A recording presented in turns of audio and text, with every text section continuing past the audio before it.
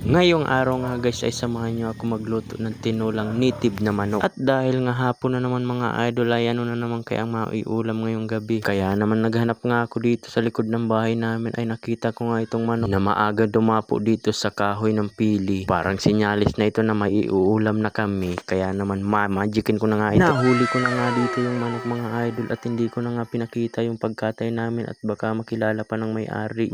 Charot, sa amin naman talaga itong manok kaya na nga hindi ko na nga pinakita kung paano ito katayin at ito na nga hinugasan ko na nga yung karne at tinadtad na. Nagayat na nga rin pala ako dyan ng sibuyas, bawang at luya at kumuha na nga rin ako ng daon ng sili. At syempre ginayat ko na nga rin pala itong pansahog nating sayote. Umpisa na nga natin ito lutuin mga idol kaya naman nagpainit na nga ako dito ng mantika at nung mainit na nga yung mantika ay nilagay ko na nga itong luya. Bali nga papupulain ko muna nga itong luya para naman talagang sumiksik ang sarap nito sa manok. Ito kasing luya mga idol ay pantanggal talaga ito ng lansa ng manok. At habang ang pinapapula ko itong luya mga idol ay inadjust ko nga itong gasol namin dahil lumalakas nga ang apoy. Maya maya nga ay pumula na nga itong luya kaya naman nilagay ko na nga itong bawang at makalipas nga rin ang ilang segundo ay sinunod ko na nga rin itong sibuyas. Pagkatapos nga ay minekos-mekos ko na nga dyan ng sibuyas, bawang at luya at habang ang ginigisa ko ito ay napakabango. Kaya naman maya maya nga ay nilagay ko na nga itong manok at gigisahin ko na nga muna itong manok hanggang sa pumula. Kaya naman minekos-mekos na nga yan ni Insan. Tornado, Insan, tornado.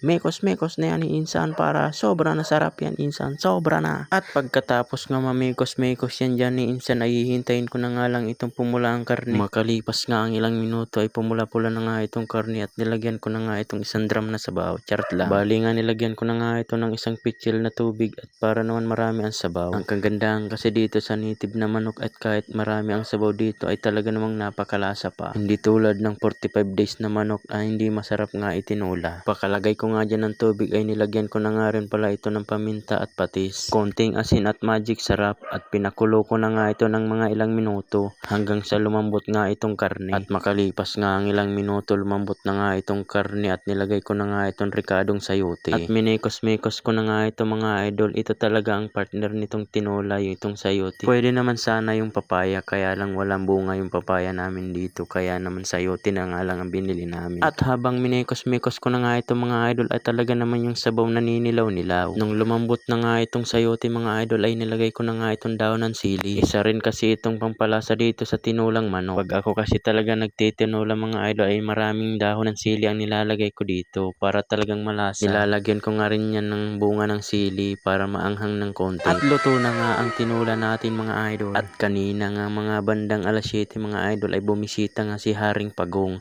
Nagugutom ata ito at binigyan nga namin ng kanin at talaga namang gutom na gutom. Dumiretso na nga ito dito sa balkonahin namin at nabigla nga kami at dito dumiretso. Gabi-gabi talaga ito napunta dito sa amin mga idol at nahingi na nga ito ng pagkain. Minsan nga ay marami itong kasama at ngayon nga ay mag-isa nga lang siya pumunta dito. Siguro nauna ito dahil baka maubusan siya ng pagkain.